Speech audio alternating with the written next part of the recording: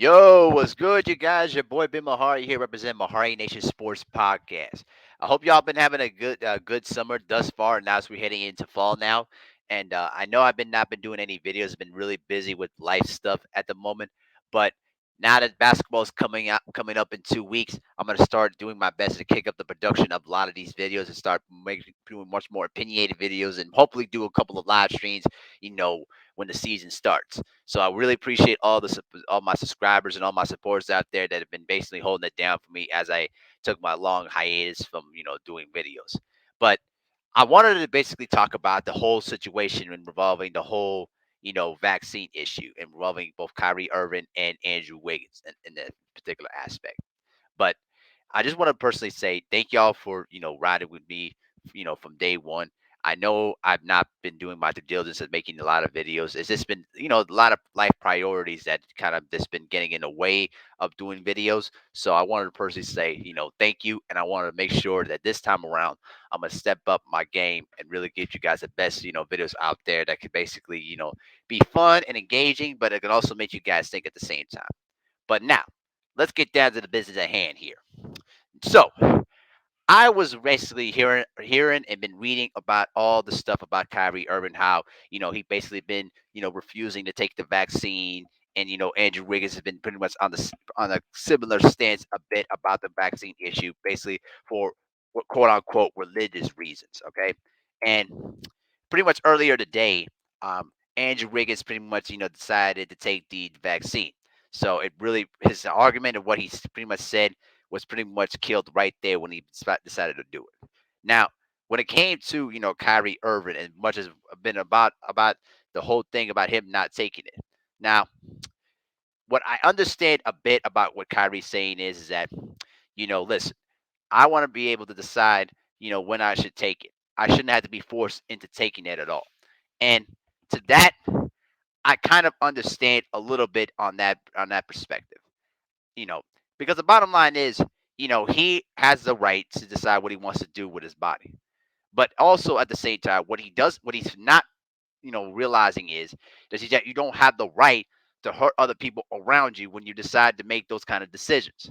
Now, as much as the NBA has tried, to protect its brand and protect their players as much as they cannot force players to take the vaccine at all. Because if they did that, it would be a huge lawsuit, on their hands, and the NBA does not want to deal with that. But the thing that really been just irks me about the whole thing is when Kareem Abdul-Jabbar, came out and pretty much made a statement saying that, listen, you guys are putting lives at risk. You know what I mean? He's basically saying that, in terms of what Kareem is talking about is that he's basically said, like, you know, that that unvaccinated players shouldn't be allowed to play in the NBA, and that the fact that a lot of the unvaccinated players are still have restrictions on themselves, like they can't play any home games and this, that, and the third, is really making things a lot more difficult than they should. Now, I was I didn't have an issue with what Kareem pretty much said. That's just his opinion. That's what he thinks. But what really, really, irked me and really disturbed me was that the amount of people that were basically putting Kareem Abdul-Jabbar through the coals on social media, basically calling him a sellout, calling them all these horrible names, including the C word, which I'm not going to say here, but y'all know what I'm talking about. And especially what really disturbed me was when Willie D said that, when he did his video about the whole thing, he said that, Kareem basically did it basically for the bag. And I'm just sitting there like, really? You really think Kareem Abdul Jabbar did this for the bag? Really? Now, this is where I really just had to say, you know what? Enough. I had to do a video about this because this is just not right. It's not right, especially for a guy like Kareem Abdul Jabbar. Because at the end of the day, you don't have to respect a person's opinion, but you have to respect a person and what they're coming from and what they want, what's best for people, best for people. Now, in terms of what people are saying about him about Kareem, and basically calling them all these horrible racial names that we put on each other all the time. Sometimes I always feel like we jump on the C word train far too much without realizing what the context of what a person is saying, or understanding where they're coming from in this whole aspect. Now, what somebody pretty much said on Willie D's channel on the comment section below said that, oh, he did it for the bed because he broke his hair. Like, really? Do y'all know how much Kareem Abdul-Jabbar makes and his net worth is? The man makes nearly $22 million, and most of the $22 million comes from the NBA's retirement, pension plan, off of endorsements. All right, he also makes it off of government benefits too. So listen, when you talk about, and also media ventures too, and also his other businesses that he basically, applies himself into. So he's still making money. So when I hear that argument, sometimes I would sometimes agree with that, but it's like, no, Kareem is basically a man. He's basically a built man. All right. He basically built his net worth and basically built his own empire for himself and for the people around him. And it's like you guys completely missed the mark on that one. And number two, when they talked about like, oh, wait, he took the vaccine too. Why he basically selling out on us because he took the damn vaccine. Like, y'all are missing the point. Kareem Abdul-Jabbar has had health issues galore throughout his entire life. All right, let's look at it. Let's look at it here. Okay, health issues. All right, his health issues. Remember, Kareem Abdul-Jabbar has went through various issues. Now he announced back last year in this last December, where at 73 years old he dealt with prostate cancer, leukemia, and heart bypass surgery.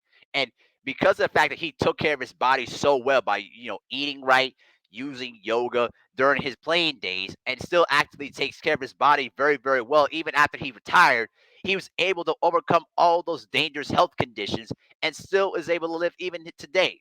So when his doctors are pretty much telling him, listen, if you don't take this vaccine, you probably are most likely gonna die.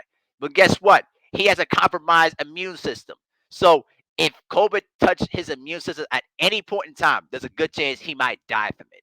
And I'm just sitting there like, do y'all not look at your research here? Do y'all not look at the facts at hand here? And that's when I pretty much, shook my head on what Willie D said. Now, again, I don't disagree a lot of the time with what Willie D says, but at the same time, there are times where sometimes Willie D is off the mark on certain things. And this one, he was way off the mark. I don't think he even researched about what Kareem has been through over the last year or even the last few years of his life.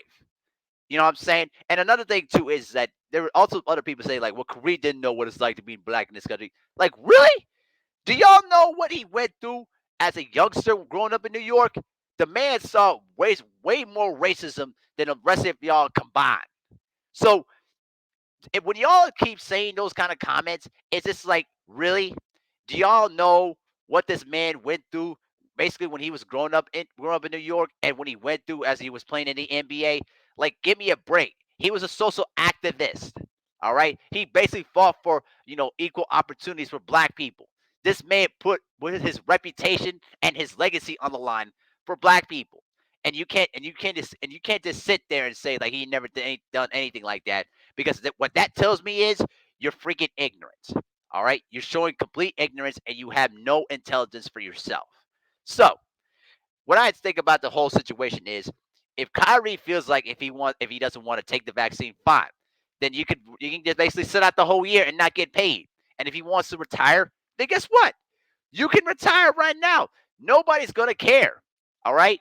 Because right now, at this particular point in time, there are players around the league that pretty much said, I'm not taking any risk with this virus. I don't want to go through it and basically die.